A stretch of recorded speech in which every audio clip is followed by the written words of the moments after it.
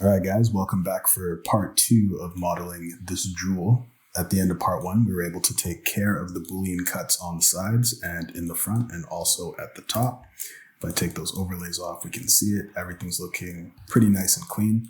So what we're going to do in part 2 is we're going to take care of the text in the back, and we're also going to add some detail to the bottom just in case you want to do some detail shots there.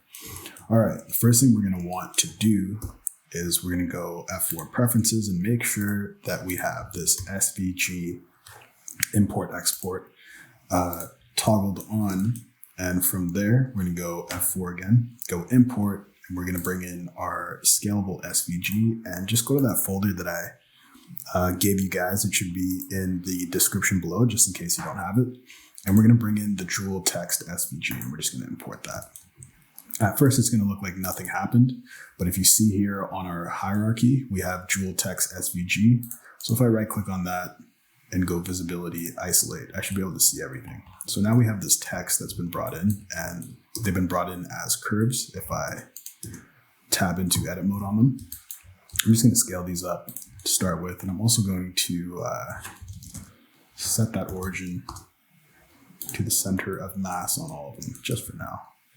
And just going to move them to the middle a little bit. And I'm going to join them up. So now I have one curve object. I'm just going to duplicate that, move it off to the side, and call this JUUL text curve backup, just in case we want to do some edits. The beauty of bringing in these items as SVG is we have complete control of them. So we could really do a little bit of nifty editing if we want. So we're just going to keep that backed up, and I'm just going to hide it from the viewport.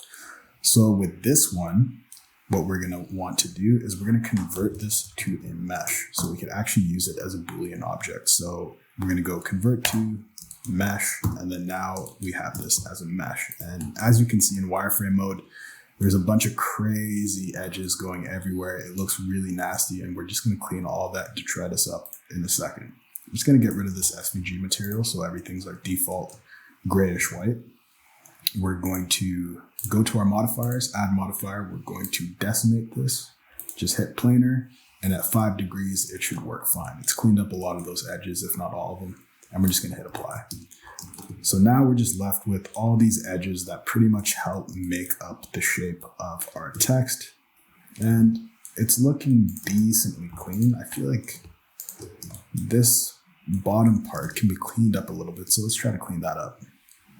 I'm going to hit, I'm just going to right click on one of these vertices, and if I hold Control Shift and click on another one, Blender does a really good job at interpreting the entire edge and selecting all the vertices between this vertex and that. Sometimes it doesn't work that great, sometimes it works perfectly.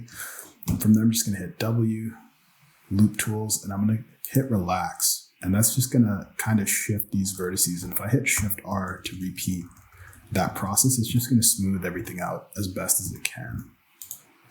So these do look a little sharp.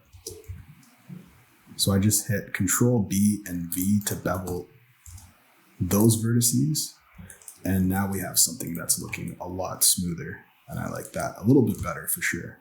So I'm going to grab our second U here, and I don't want to do the same process. I'm going to just delete all the faces on that one. And I made sure that my cursor is pretty much where the origin of that mesh would be. And I'm going to delete those faces. I'm going to grab that first U. I'm going to go Shift D to duplicate that. Then I'm going to go Shift S and then go selection to cursor, keep offset. And then from there, I'm just going to make sure that this is snapped to the top of the other U. I'm just hitting GY, and I have my snap options set to vertex, and that should snap that in place for us. And the J is also a little janky, so let's try to fix that up as well. I'm just going to grab these vertices here. I'm going to hit W, Loop Tools, Relax, and just do the same process. I'm going to repeat it about 30 times. And that's a little bit smoother, and I might grab this one and this one, hit Control B, V, and this, spread those out a little bit more. Still a little sharp. Yeah, it's still a little sharp. I might do the same thing here as well. And I'm just adding a little bit of geometry here.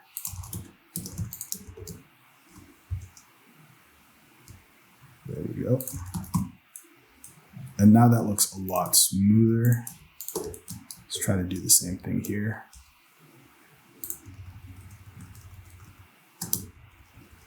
I don't want to go too hard on this one. So I might just bevel some of these vertices.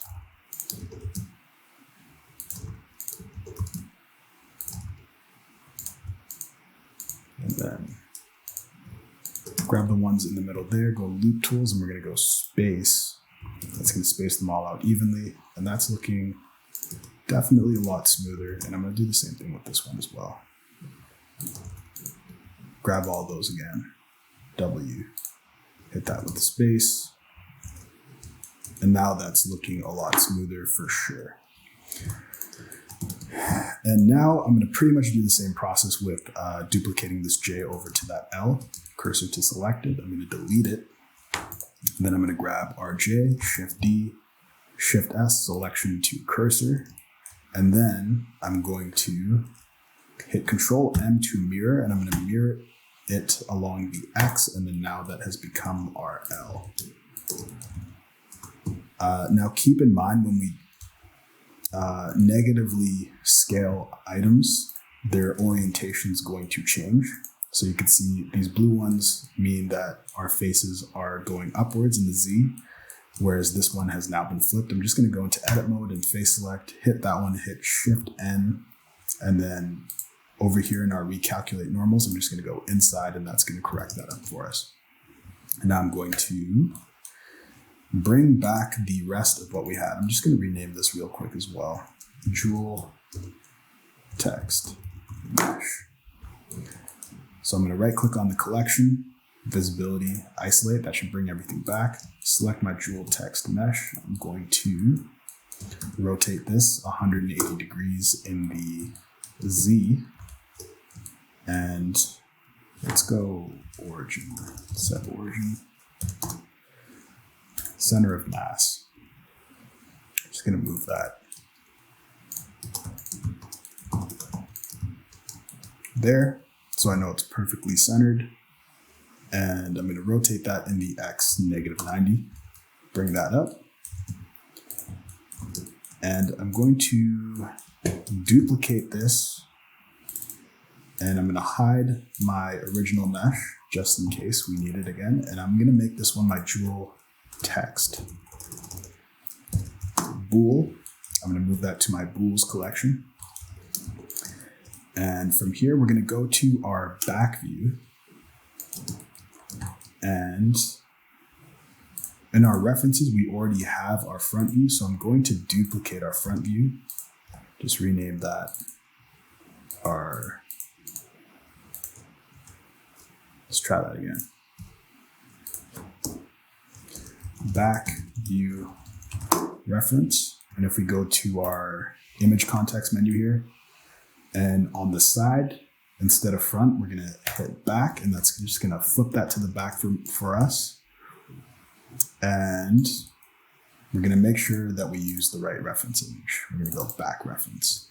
And once again, these are not perfectly lined up, but we're just going to do our best to try and match this up. So it looks like from the bottom to the top, it's at least matched up. It's not perfectly straight. So I'm going to rotate that a little bit and move this down, rotate that a little bit more. All right, so I can see that my text needs to be up a little bit more and scaled up a little bit more. Also, we can see that this image is now actually backwards. So what we could do is hit Control MX, and that will flip it the right way again. I'm just going to rotate this in the other direction. And we should be pretty much back to where we were originally. And with this text now, I'm going to add a modifier. We're going to go solidify. We're just going to bring up that thickness. Make sure this is shade smooth. I'm going to hit it with a auto smooth. I'm going to get out of wireframe mode. I'm going to grab the JUUL text bool, add modifier, we can go bool. I already had it set up somehow.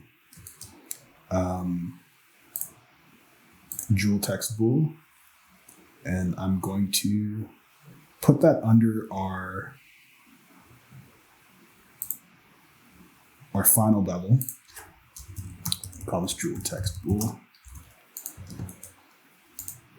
And I'm going to display this in bounds.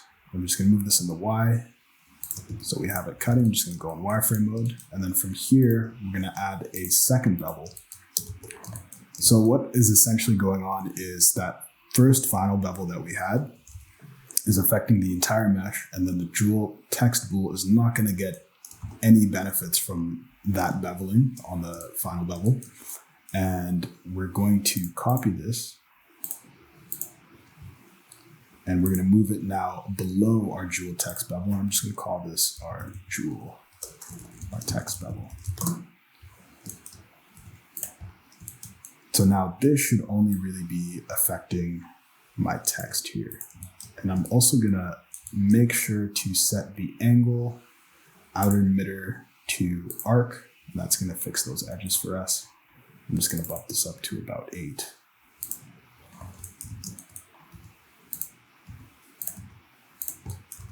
So now we should have a clean cutout like that. And we could vary the depth with our thickness, solidify, and just make sure that you don't make it. Ooh, we have some issues here. I wonder why. Let's try to fix that. So it looks like it's because over here, we see that edges are being created in between the U's and the J and the U and the J and the L. And as we bevel that, it's causing an issue. So in order to fix something like that, we're going to actually want to create more geometry that's going to help support these booleans. We have some artifacting here as well. So in order to fix that, I'm going to propose that we actually collapse some of these modifiers. And just to be safe, what I'll do is we're going to duplicate our scene here. We're going to go full copy. We're going to call this scene backup. And we're going to go back to our original scene. And we've just created a full copy of everything. So in case we do something that's we can't come back from, we at least have a backup of everything we had up to this point. All right. So we're going to select our main mesh here. We're going to apply our shape avert bevel. And we're going to apply our solidify. So now we should have something like this. From here, I'm going to just display this in textured mode again. And I'm going to create some loop cuts. I'm actually going to put this in a wireframe. Grab this. And I'm going to move that edge in vertex mode on the x-axis to about the middle of that U. I'm going to create another loop cut and move that to the middle of this U as well. And I'm going to create another loop cut. Just put that kind of at the center of that J. And another loop cut, put that at the center of that J. And let's see what we have going on here. That has definitely fixed almost all the artifacting issues that we were having before. Yeah, it fixed it for sure. So we just added a little bit more geometry. You could probably add another loop cut going across if you want. And we could do the same thing for what we have going on here. If we don't want these edges going upwards, we could put a loop cut going across. So let's do that. I'm going to grab all the edges going across like that. And I'm going to hit W and I'm going to subdivide that. And that should give me a cut going all the way around. So I'm just going to grab that, move that up with GZ. I'm going to display this in wireframe mode. Grab that, a loop cut. I'm going to go GZ, snap that to that vertex at the center of our sphere. And if I now go to bounds and we have a look, we no longer have those edges going upwards to the top.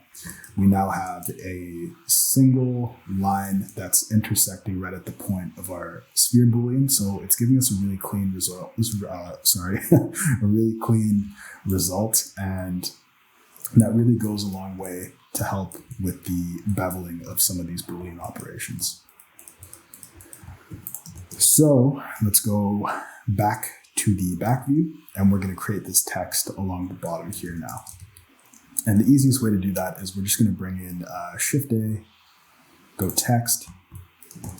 I'm going to rotate that in the Z 180 degrees.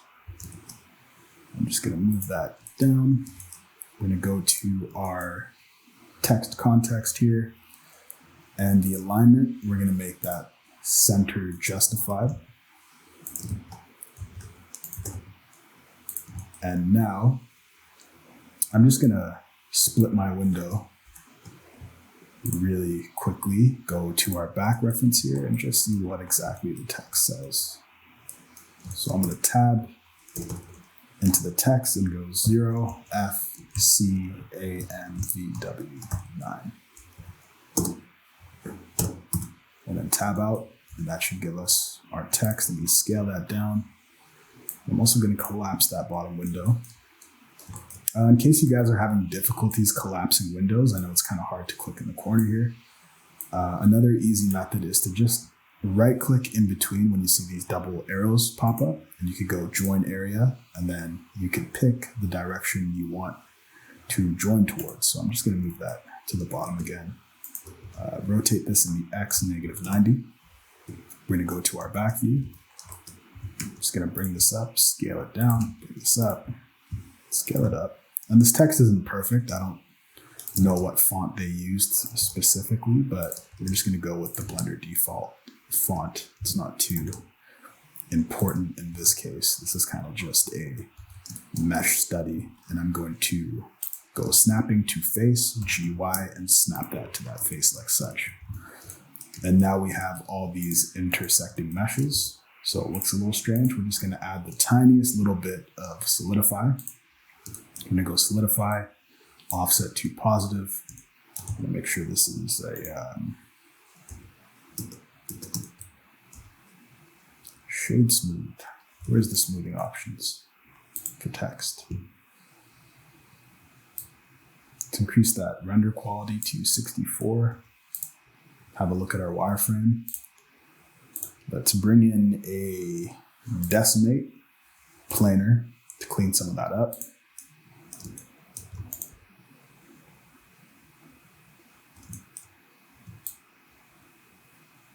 Cleaned up too much of it.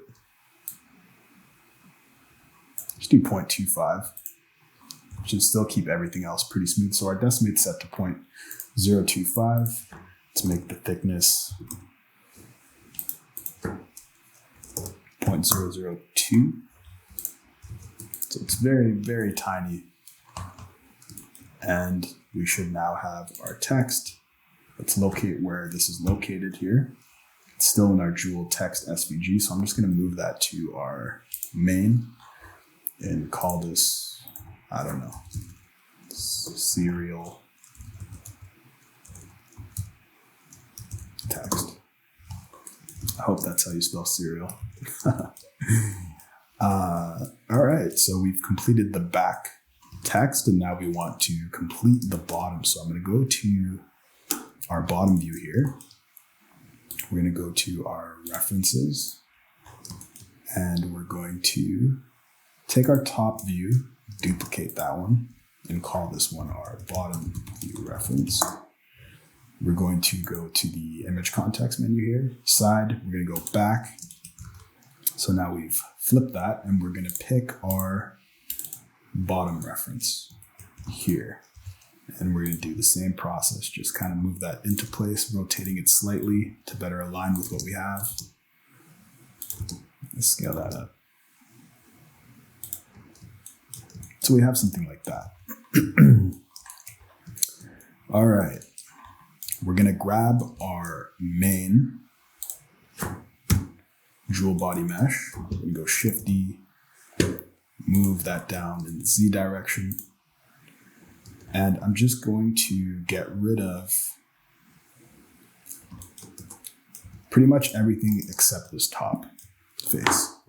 So I'm going to go Control I after selecting that top face, hit X and delete all those other faces. So I should just be left with this, and I'm going to get rid of all these bool operations, and also I just get rid of everything really. I'm going to move this up in the Z. Make sure my origin is set to the center of mass, and I'm going to bring in a solidify modifier, offset to +1, increase that thickness. I'm just going to grab everything in edit mode and scale that down a little bit, and then scale that out in the X direction a little bit. I'm going to grab this and rename this JUUL bottom bool. I'm going to move that to my bools collection, and I'm going to add this into our JUUL body main mesh. Just bring that above the weighted normal. I might bring that above the text bevel as well. We might actually use that. So I'm going to rename this clean up bevel, the one we had before the text bevel, and I'm going to call this one now the final bevel, and I'm going to call this one bottom bool. Keep that as difference, go object, select our JUUL bottom. I'm going to display this as bounds. So now we should have a cut in that looks something like that. I'm going to grab this, I'm going to duplicate it, Shift D. I'm going to go textured. I'm going to move this to our main collection and now call this JUUL bottom mesh. I'm just going to bring that solidify down a little bit, something like that. And I'm also going to add a bevel to this as well. Increase the segments. Play with the width a little bit.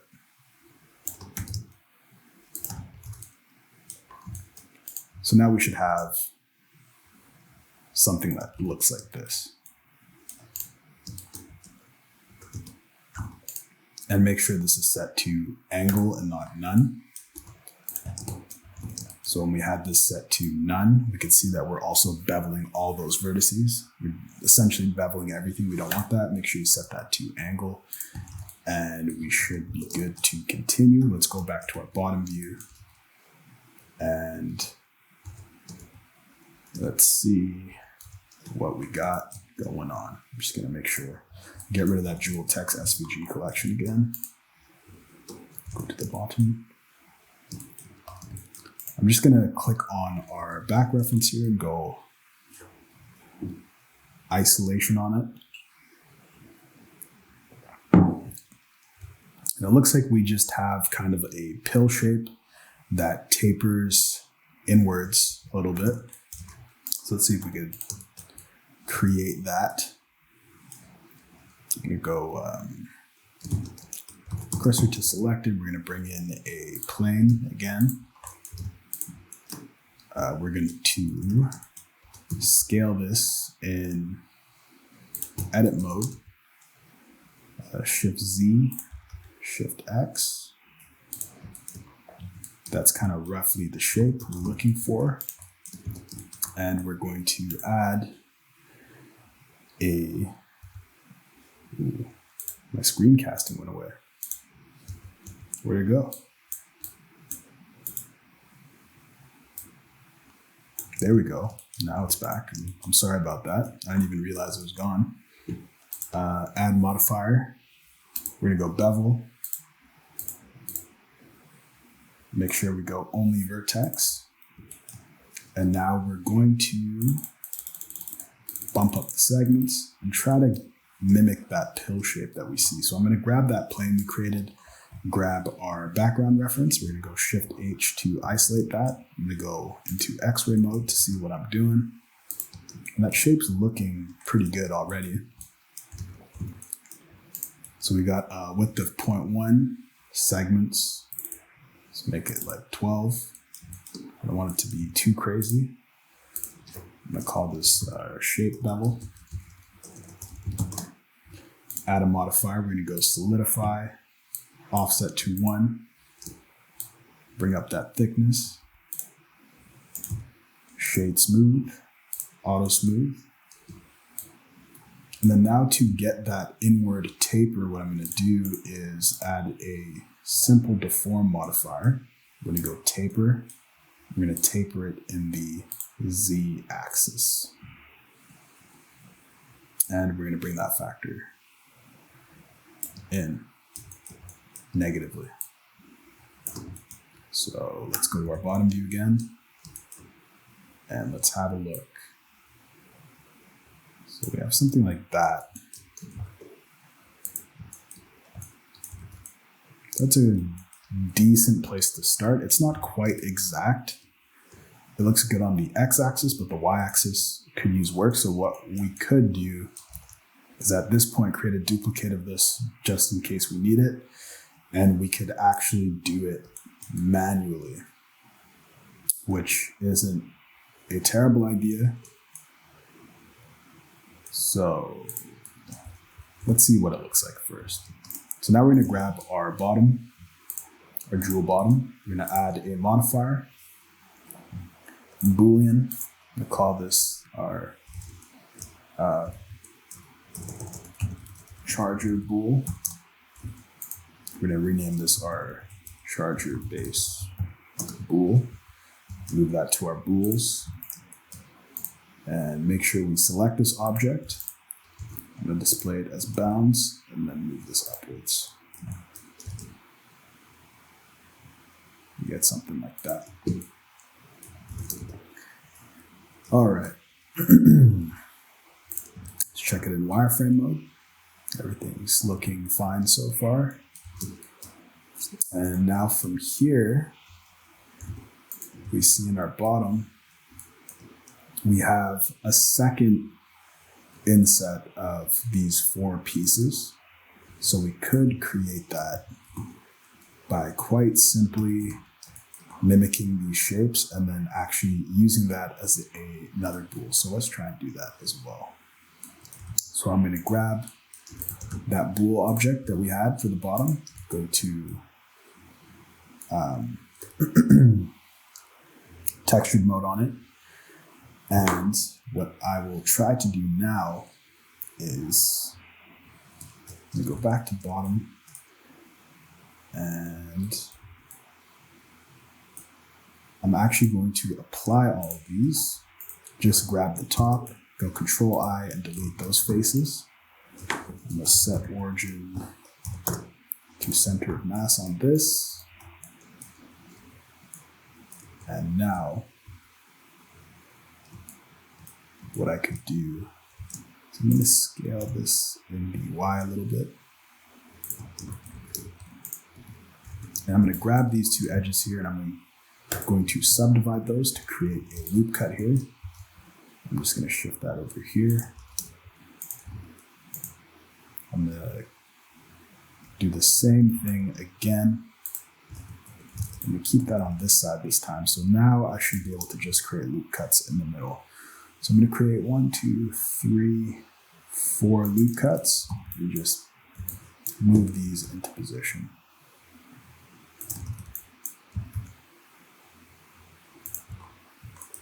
And now from here, I'm just gonna grab these faces that make up these bars. I'm gonna delete those. So I should be left with this. And now if I add a solidify, move that offset to 1, crank that up a little bit. Put this as bounds. Let's rename this charger base bool and call this charger base inset bool. And now we're going to create a second Boolean operation. As difference, we're going to select our charger inset bool. Call this one charger inset bool. And we're going to move this up like that. And we can see we have some strangeness with the top piece here. I'm just going to move that inward like that, but I'm also going to grab the ones over here and just go SX and scale that in the X until we have something more even like that.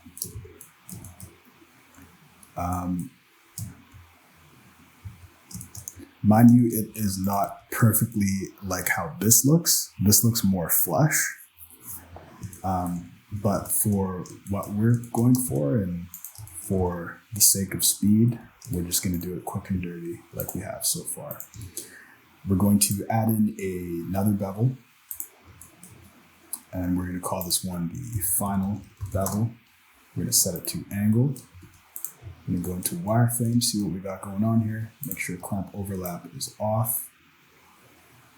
And I'm going to increase those segments. Let's go with 8. Let's check out what we got going on. That's looking pretty nice and smooth.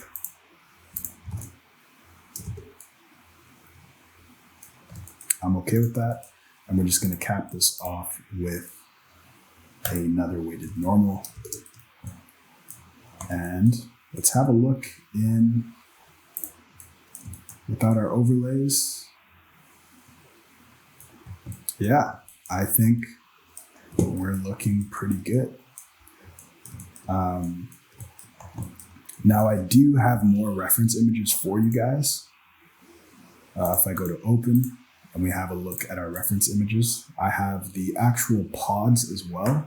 So as a little challenge for you guys, if you want to apply what you've learned, go ahead and create the pod from these references using the techniques that you've already seen and add that to the top. I won't be adding it because I kind of like the aesthetic without it, just for what I was going for with the original images.